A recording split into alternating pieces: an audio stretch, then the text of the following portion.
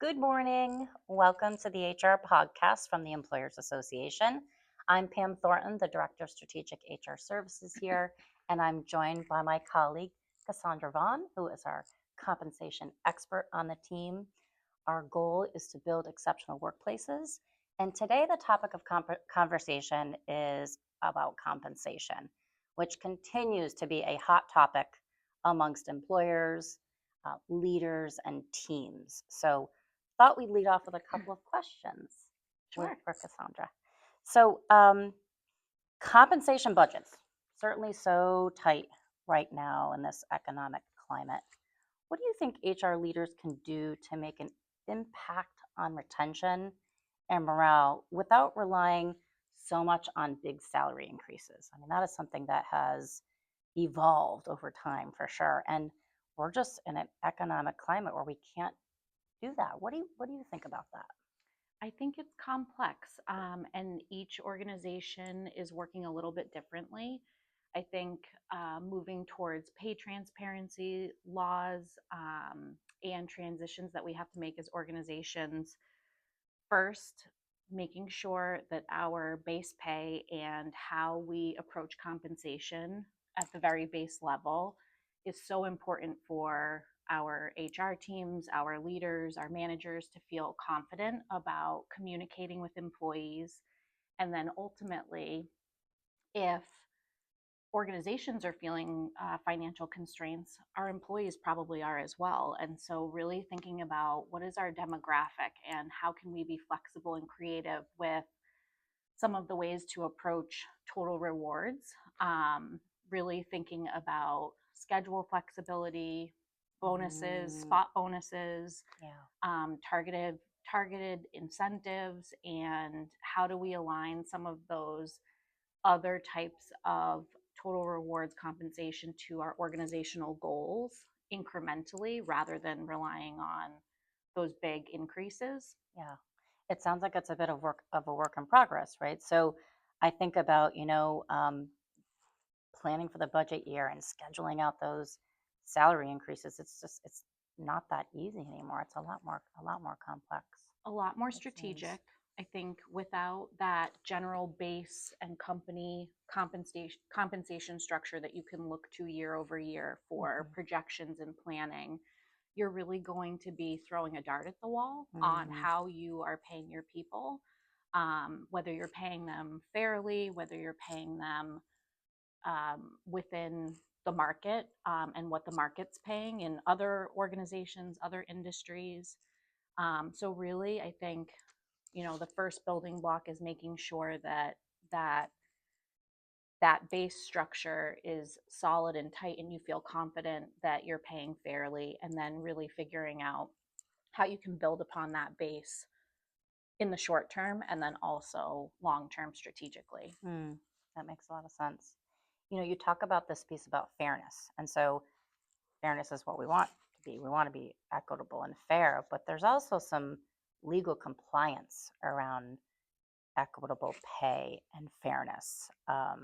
So talk to us a little bit about that and how do we feel like these pay equity laws and pay transparency legislation is really going to affect things. How do we stay compliant and fair and avoid legal issues with some of these things that are on the horizon here? Yeah, I think organizations are looking at changes with transparency from a lot of different viewpoints because every organization has either a very simple structure or administration or management, and some companies are a little bit further ahead.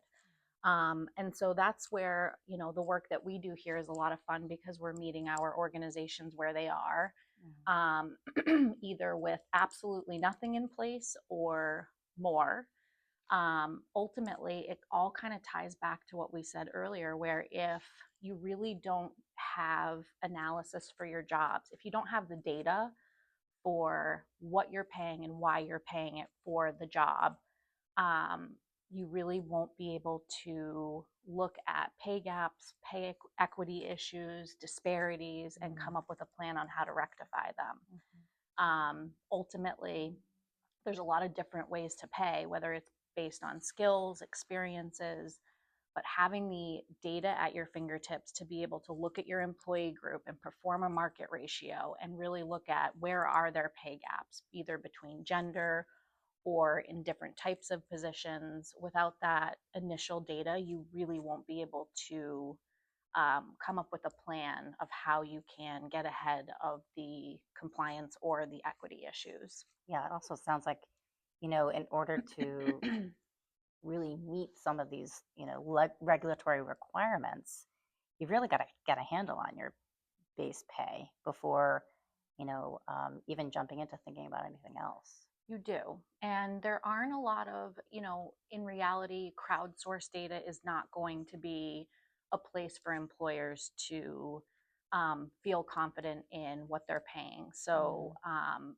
really, that the data that you're going to be after is that data with integrity, that's employer sourced or through specific third party surveys.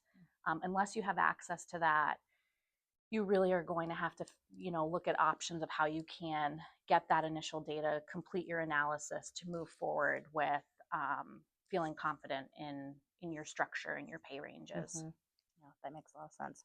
So it sounds like, I mean, there is a right way to go about paying people properly, and on also, abiding by what we need to do as far as the law is concerned. So tell us about how compensation overall, right? It's not the only thing when we think about our reward structure and um, how we're compensated.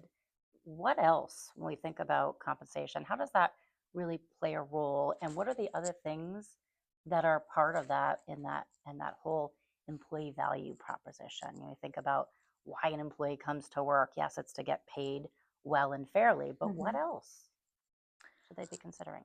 Total rewards it's an area as an employer that's so exciting because Mm, it's your identity, your culture, it's who you are as an organization to the external market. And candidates and employees have, it's competitive, there's so many places that they can work, and so we can build our culture in a lot of ways.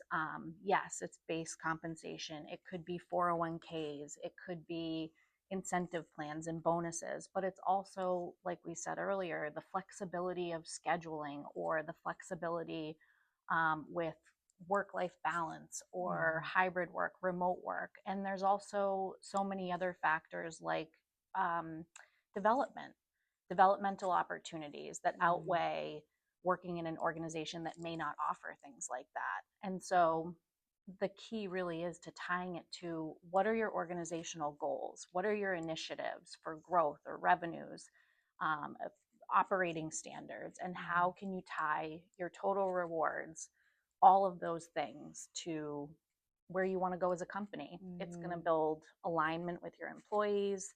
They're going to understand what your mission and your values are based on those, how they're being paid and the mm, rewards that they're getting. mm. This sounds like a lot, like a very filled fruit pie of things.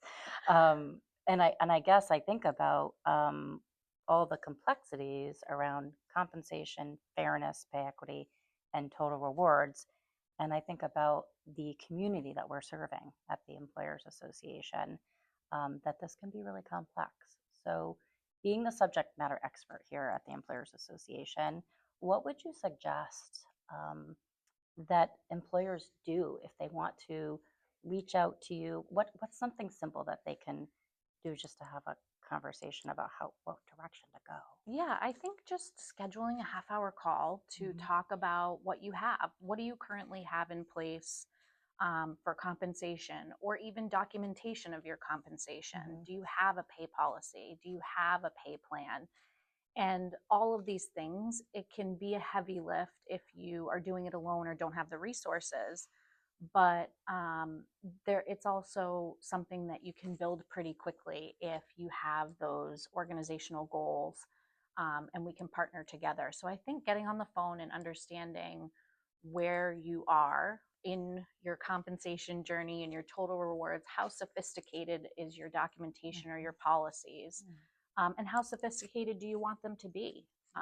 Not every company needs a complicated grading structure or a really sophisticated 4-page pay policy. Mm. And so, really customizing, we can help customize exactly your approach to not only the compliance, the communication plans to your employees and managers, and then also how you're implementing the things that um, you want to achieve for either compliance or to enrich the employee experience.